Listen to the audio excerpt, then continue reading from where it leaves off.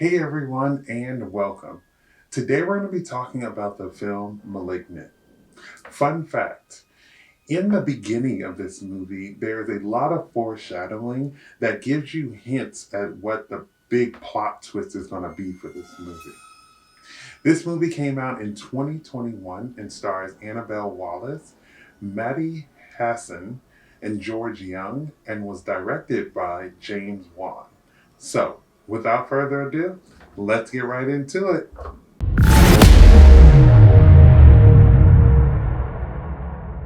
Malignant tells the story of Maddie, who, after witnessing the murder of her husband, starts having these visions about different murders.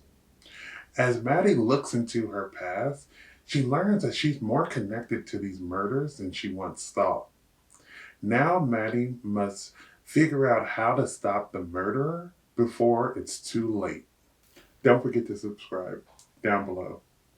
Malignant is a gory horror film. If you like films like Saw, Insidious, or even Harry Potter and the Sorcerer's Stone, then I suggest that you give Malignant a try. I feel like this movie had a unique story for a horror movie. When you watch horror films, I feel like you're typically expecting like the blood and murders to be happening throughout the film. But I think that one thing that really draws people in is the storyline. I love how that this movie decided to have this unique storyline to tell us how Maddie and Gabriel were connected. And, as the movie came along, there was more twists and turns throughout the film that always kept you on the edge of your seat. I felt like this movie was really throwing off the viewer because when you first start watching this film, you think it's a supernatural film, and you come to find out that that's not exactly true. I feel like with horror films, there are usually two different categories. There's the supernatural horror films, and then there's more of like a slasher film. In this movie, at first I really thought it was a supernatural film, and then I come to figure out that it's actually more of a slasher film. I thought it was cool how they kind of like twisted this story, to throw off the viewer. So you weren't really sure in the beginning, but by the end, you knew that it was a slasher film. I thought that James Wan did a great job directing this movie, and it was fantastic to see how, with this story, he was able to throw people off about what was actually going on and still add all of these twists and turns. I think that James Wan is one of the most prolific horror film makers of our generation. When you think about it, he has not one, not two, but three major horror franchises under his belt. And I think that it's crazy because not only does he have these horror franchises, but he's directed movies like one of the Fast and Furious movies. He directed Aquaman. So, I mean, definitely horror is his genre, though. And I think he works well in horror. And I think with this movie, I just felt like he had really free range to do, more of what he wanted to. And I thought that it worked out for him. It was cool in this movie to have Gabriel and Maddie's story be so intertwined. In the film, I thought that she was seeing these visions maybe because she came so close to being killed by Gabriel, but I never thought that they were going to be the same person. It was really interesting to see because in the film you also see how Gabriel is like always backwards when he's like running, and so then it really starts to make sense on how they were the same person, and it's definitely something that takes some time to realize throughout the film. But when you watch it, you're just like, he's just moving like that because like I said, I thought he was something like supernatural, like some weird creature, but come to find out he's moving like that because he's literally on the back of her. So that's his front side, is her back side. So that's why it looks so weird. And so I just thought that was just crazy to see in this movie of how the whole time they were the same person, intertwined, and their stories were also very intertwined. Also, if you've seen Harry Potter and the Sorcerer's Stone, that version of Lord Voldemort and Gabriel could be brothers for all I know. When I was watching this film and they showed Gabriel like in the back of her head, that's all I can think about was Lord Voldemort because they were both ugly little creatures creeping out from the back of someone's head. As we moved more along throughout the film, I started to notice that these doctors kind of brought this whole situation upon themselves. Like they were out here experimenting on a kid with a twin stuck in the back of her head, and they really thought that that was just going to end great, especially when the twin thing was like killing all these people when she was a little girl. And so I just thought that, when I was watching Gabriel killing all of them, it's sad, but when you find out what they did to him, you're like, okay, well, you kind of brought this on yourself. So next time, mind your business and stop playing with little creatures in the back of people's heads. I love how ridiculously powerful he was. Like Gabriel was like running up walls and throwing hospital beds like it was nothing. He kind of reminded me of like when you see like a spider in your room and you try to hit it and then like you miss and then it just starts running and then you're like trying to capture it. That's pretty much what was happening to Gabriel. He would miss every single time someone would try to catch him. They would miss and then homeboy would be crawling up walls, running wherever hole he could find, and they would never be able to get to him. So that's what he reminded me of. But he was ridiculously strong, and these people really thought that they had a chance. And in one scene, he like launched a chair across the room and had perfect aim and hit somebody with the chair. And I was like, see, this is why you just gotta keep it pushing. I wouldn't even try to go up against him because you're gonna lose. This movie was extremely gory, and it reminded me of one of James Wan's other movies, Saw. In this film, you just see Gabriel killing all of these people, and it's just so much blood every single time that he killed someone.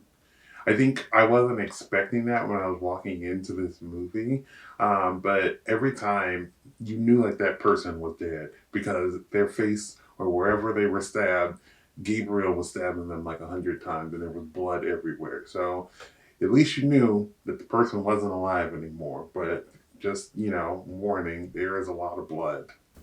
I thought the effects in this film were great, especially the ones that showed when Gabriel was taking control and Maddie was in the back seat and just watching.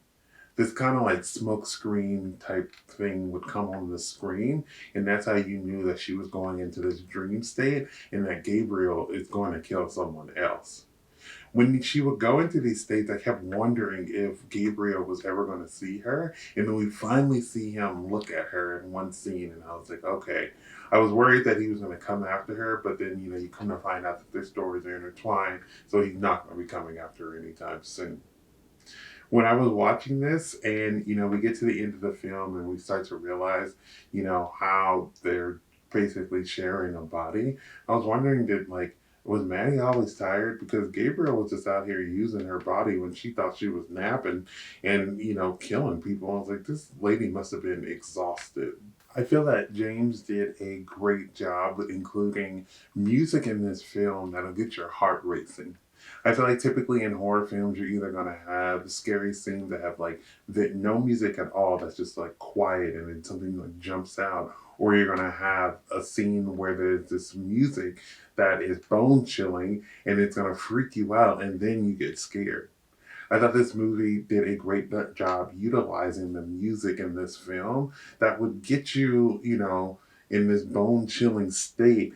And then you may not even get scared. It may not even be a scary part. It just may just be the music in that situation that they decided to use to kind of throw you off because you think you're about to get scared, but then you don't. And then later on in the movie, you get scared and, you may not even hear any music.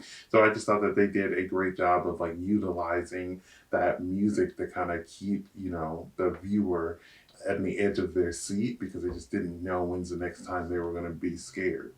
However, I did feel that there was a lack of progressing storyline with the mothers in the movie. So Maddie had pretty much had two mothers. She had her biological mother and her adoptive mother. And so her adoptive mother comes into play maybe like halfway through the film.